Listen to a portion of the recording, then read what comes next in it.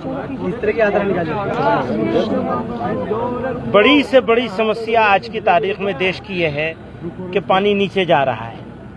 हवा गंदी हो गई है, आलूदा हो गई है, जहरीली हो गई है, और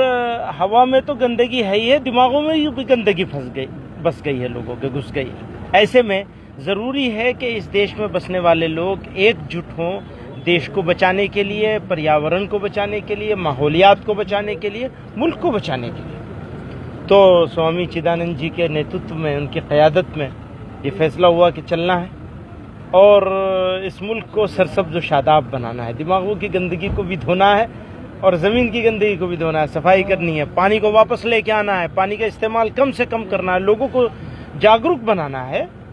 सबसे बड़ा अधिकार हमारी अगली नस्ल का, अगर हमसे कुछ होगा, हमसे सवाल, अब से 50 साल के बाद, 30 साल के बाद हमारी अगली नस्लें हमसे सवाल करेंगी, क्या छोड़ के गए?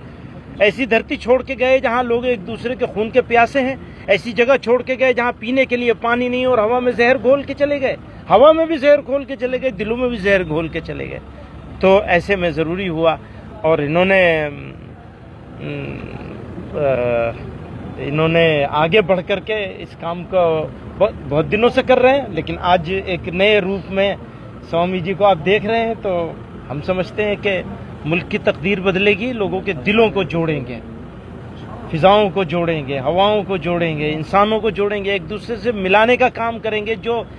मज़हब की सही तालीम अगर है किसी मज़हब की, तो वो इंसान को इंसान से जोड़ने को है और फिर आत्मा को परमात्मा से जोड़ने को